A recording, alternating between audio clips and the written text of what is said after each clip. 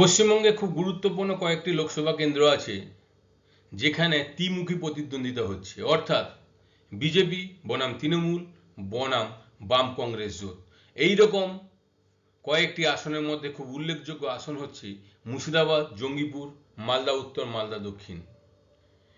এই লোকসভাগুলির মধ্যে গত 2019 লোকসভায় মুর্শিদাবাদ, জঙ্গিপুর গেছিল তৃণমূলের দখলে, মালদা গেছিল বিজেপির দখলে, মালদা দক্ষিণ গিয়েছিল কংগ্রেসের দখলে। তৃতীয় দফা নির্বাচনের শেষে কি হতে চলেছে সম্ভাব্য স্কোর কার্ড? 2-1-1 না কিছু অন্য কিছু হতে চলেছে? সেটার জন্য আমি মানিকপতি আপনাদের কাছে উপস্থিত হলাম এই রাজনৈতিক বিশ্লেষণ করার জন্য। মুর্শিদাবাদ লোকসভা কেন্দ্র খুব ইন্টারেস্টিং। পশ্চিমবঙ্গের মধ্যে এই লোকসভা কেন্দ্রে সবচেয়ে বেশি সংখ্যালঘু ভোটার আছে, প্রায় 69 থেকে 70% ভোট হচ্ছে সংখ্যালঘু ভোট। এই 2019 সালে এই কেন্দ্র থেকে জয়লাভ করেছিল তৃণমূল। 2019-এ তৃণমূল প্রায় 2,26,000 ভোটে জয়লাভ করেছিলেন, সামথিং ভোটে।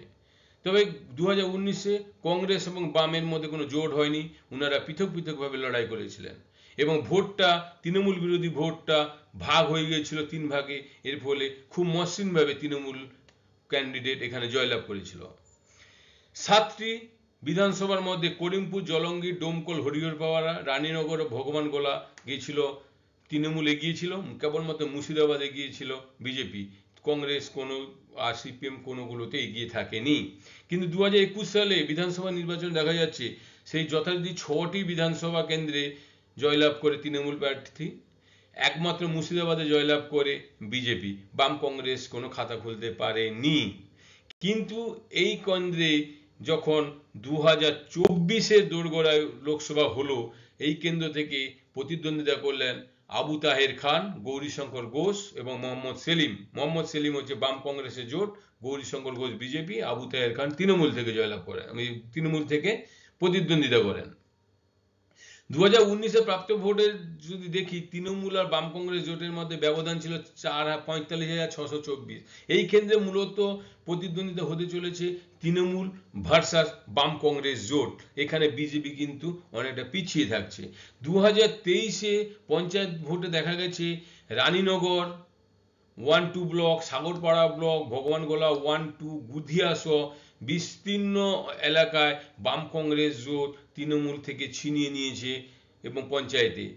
এবং তুলনামূলক বিচার যদি করা যায়, এই কেন্দ্র থেকে অ্যাডভান্টেজ পজিশনে আছে সিপিএম এর মোহাম্মদ সেলিম। এরপরে জঙ্গিপুর লোকসভা কেন্দ্র। জঙ্গিপুর লোকসভা কেন্দ্রে গতবারই জয়লাভ করেছিলেন তৃণমূল ক্যান্ডিডেট, প্রায় 2,52,000 ভোটে জয়লাভ করেন। এখানে 7টি বিধানসভা ছিল: সুতি, জঙ্গিপুর, রঘুনাথগঞ্জ, সাগরদিঘি, লালগোলা, নবগ্রাম, খড়গ্রাম। 7টি বিধানসভায় কিন্তু তৃণমূল ক্যান্ডিডেটরা বিপুল ভোটে এগিয়েছিল, কারণ এই কেন্দ্রে গত লোকসভায় কংগ্রেস বামের কোনো জোট হয়নি। এখানেও তৃণমূল বিরোধী ভোট ভাগ হয়ে গিয়েছিল, কিছুটা গিয়েছিল বিজেপির দিকে, কিছু কংগ্রেস, কিছু বামের মধ্যে গিয়েছিল। কিন্তু 2021 সালে যখন বিধানসভা নির্বাচন হয়, এখানে দেখা যায় 7টি বিধানসভা ক্ষেত্রে কিন্তু তৃণমূল ক্যান্ডিডেট জয়লাভ করে। পরবর্তীকালে সাগরদিঘিতে যখন উপনির্বাচন হয়, সেখানে দেখা যায় বাম কংগ্রেস জোট প্রার্থী বিপুল ভোটে জয়লাভ করে এবং বাম কংগ্রেস জোট এখান থেকে ছিনিয়ে নেয় আসনটি।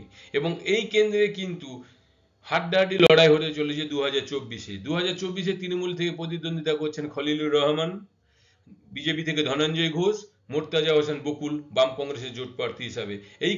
এই লোকসভা কেন্দ্র খুব হাড্ডাহাড্ডি লড়াই হবে, কারণ হচ্ছে প্রায় ত্রিমুখী প্রতিদ্বন্দ্বিতা, প্রায় সমান সমান ভোট ভাগ হতে পারে। কারণ এই লোকসভায় দেখা গেছে প্রায় সংখ্যালঘু ভোট প্রায় 40%-এর উপরে। ওই ভোটটা কাদের মধ্যে ভাগ হবে সেটা নির্ভর করছে কি এখানে অ্যাডভান্টেজ পজিশনে থাকবে। তবে এই মুহূর্তে যদি ধরা যায় অ্যাডভান্টেজ পজিশনে আছে তৃণমূলের খলিলুর রহমান। এরপরে মালদা উত্তরে 2019 সালে জয়লাভ করেন বিজেপি খগেন মুর্মু, প্রায় 84,000 ভোটে জয়লাভ করেছিলেন। মালদা উত্তর হচ্ছে খুব ইন্টারেস্টিং, কারণ মালদা উত্তরে প্রায় 42 থেকে 45% হচ্ছে সংখ্যালঘু ভোটার আছে, এসটি ভোটার আছে 12%, যেটা কিন্তু পুরোটা গিয়েছিল খগেন মুর্মুর দিকে। এবং সংখ্যালঘু ভোটটা ভাগ হয়ে গিয়েছিল তৃণমূল এবং বাম কংগ্রেস জোটের মধ্যে। এর ফলে 84,000 ভোটে বিজেপি জয়লাভ করে। তৃণমূল এখানে দুটি বিধানসভা এগিয়েছিল হরিশ্চন্দ্র বরতুয়া, বিজেপি এগিয়েছিল হবিবপুর গাজল মালদা, কংগ্রেস এগিয়েছিল দুটো বিধানসভা চাচল এবং মালতীপুর। কিন্তু 2021-এ দেখা যাচ্ছে তৃণমূল জয়লাভ করছে 4টি বিধানসভায়। চাচল মালতীপুর কিন্তু কংগ্রেস থেকে দখল করে নিয়েছে। তার মানে কি কংগ্রেসের ভোটরা তৃণমূলের মধ্যে মুভ করেছে। হবিবপুর গাজন মালদা যথারীতি বিজেপি দখলে থাকে।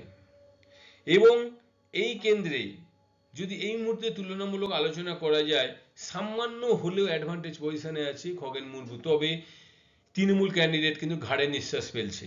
খুব অল্প ব্যবধানে হলেও এই কেন্দ্রে ফয়সলা হবে।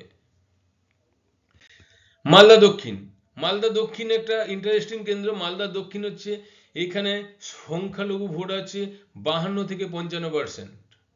গত লোকসভা নির্বাচন 2019-এ দেখা গেছিল হাড্ডাহাড্ডি লড়াই হয়েছিল বিজেপি আর কংগ্রেসের মধ্যে। প্রায় কংগ্রেস এই কেন্দ্র থেকে জয়লাভ করে 9537 ভোট, লোকসভা নিরিখে কিছুই নয়।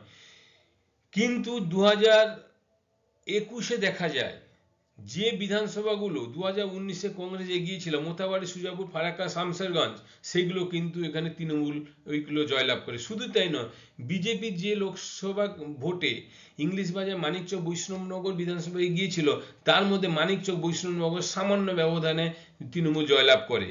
কিন্তু এই কেন্দ্রে SC ST ভোটার যদি ধরা হয়, প্রায় বলতে পারবো প্রায় 26-27%। এখানে কিন্তু মূলত ত্রিমুখী লড়াই হচ্ছে। তবে কিছুটা এগিয়ে থাকছে এখানে শিরূপা মিত্র চৌধুরী, সামান্য অ্যাডভান্টেজ পাবে। তবে ভোট যদি ভাগাভাগি হয়, ভোট যদি কনসেন্ট্রেট করে যায় ঈসা খান চৌধুরীর দিকে, তাহলে এটা কংগ্রেস জিতে যাবে। সংখ্যালঘু ভোট যদি শেহনাজ আলী রেহানার দিকে কনসেন্ট্রেট করে, তাহলে শেহনাজ আলী রেহান জয়লাভ করতে পারে। তাই এই কেন্দ্রে খুব হাড্ডাহাড্ডি লড়াই, যিনি জিতবেন 10 থেকে 20,000 মার্জিনে খুব। তবে এই মুহূর্তে বলতে পারি অ্যাডভান্টেজ পজিশনে আছে শিরূপা মিত্র চৌধুরী। নমস্কার।